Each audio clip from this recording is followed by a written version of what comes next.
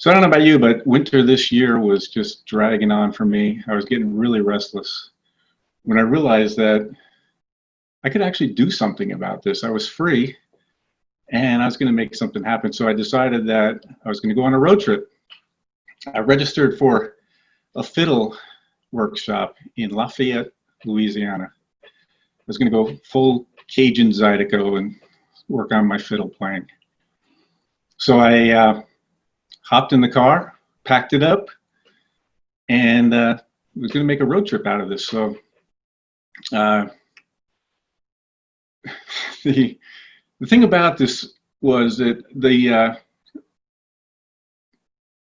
workshop in Lafayette wasn't starting until March the 24th. I got in the car at March the 9th, so I had plenty of time to do what I wanted. I'm a free man. I'm just looking for spring. And I'd heard a little bit about this Chinese virus that was going on in the beginning of March, but it wasn't going to affect me as far as I was concerned. I was free. I'm on the road. I got plenty of time to get down there. So, first day, I get down as far as the Western Adirondacks. I'm just moseying over there. I get to Long Lake. Nobody there is talking about the virus. Next day, I dropped down into mining country in Pennsylvania. I was right around Centralia, which is an old, you might have heard about it, but it's basically a modern day ghost town in Pennsylvania because of the underground fires that have been going on there for decades, and nobody lives there anymore. It's just a weird place, but that's a whole nother story. Nobody there was talking about the virus. The next day, I got a B&B in Pittsburgh, and all of a sudden, people are talking about the virus. The owners, they owned a chain of movie theaters, and they're talking to me about the fact that they're thinking that they might have to close the movie theaters on account of the virus. Universities in Pittsburgh were closing down and sending kids home. Major League Baseball canceled spring training that day. So needless to say, my night of sleep at the bed and breakfast was a little bit hazardous for me. I woke up just about every half hour. I was looking at CNN on my phone, my camera, and I'm checking on the news, and it's not getting any better. I'm learning about exponential growth of viruses. I woke up the next morning. I barely slept. I felt like crap, and I just decided I'm not going to go on this trip. I can't do it. I got to get home. So I decided I was just going to just bolt back home. I go through New Jersey, get on the turnpike. I grew up on exit 145, so I should know this, but I get to the George Washington Bridge at rush hour. I'm kicking myself. It was empty. It was unbelievable. So I made it. I just bolted home. I made it home. Actually was thinking later on that if my timing was different than that, I would have hit Louisiana in the middle of, right after the Mardi Gras. I could have been finding the spring of blossoms of the pandemic. But instead, I spent the rest of my winter languishing in the pandemic, and that was it. My name is Desh. If you believe this is my story, please donate to the Vermont Food Bank.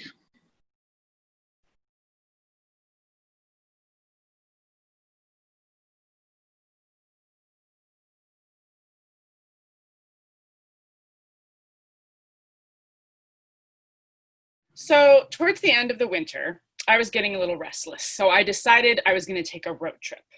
So I booked a 3-day workshop in Lafayette, Louisiana for painting, for watercolors. And I thought, this is going to be great. I'm going to head down there. I'll be able to take my time.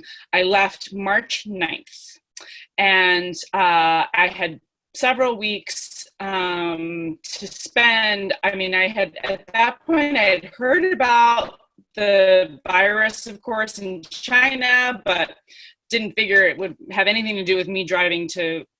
So got in my car, packed up.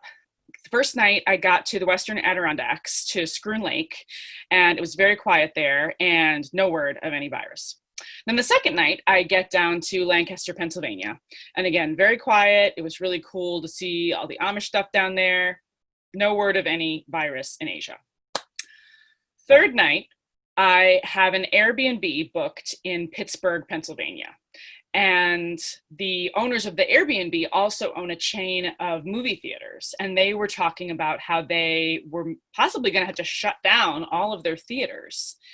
And then all of a sudden I looked at my phone, and the same day, all of the classes at University of Pittsburgh were closed for the rest of the season. And the Major League Baseball had closed spring training, had canceled spring training. So I went to bed that night freaking out, woke up every half hour, checking CNN to find out what the heck was going on. And finally I got up at like 6 a.m. and thought, I cannot do this trip. So I turn my car around and drive straight to New York City. And I am going across the George Washington Bridge during rush hour, and it is empty. And all I wanted was to see spring and blossoms and just get that fresh air of the warm season again. And I realized that if I had continued on my trip, the only blossoming I would have experienced was the blossoming of the virus after Mardi Gras in Louisiana. So instead, I turned north and saw winter slowly say hello again as I return to the endless winter that is in Vermont. I'm Heidi Lauren, and if you believe this is my story, please donate $5 to singforhope.org.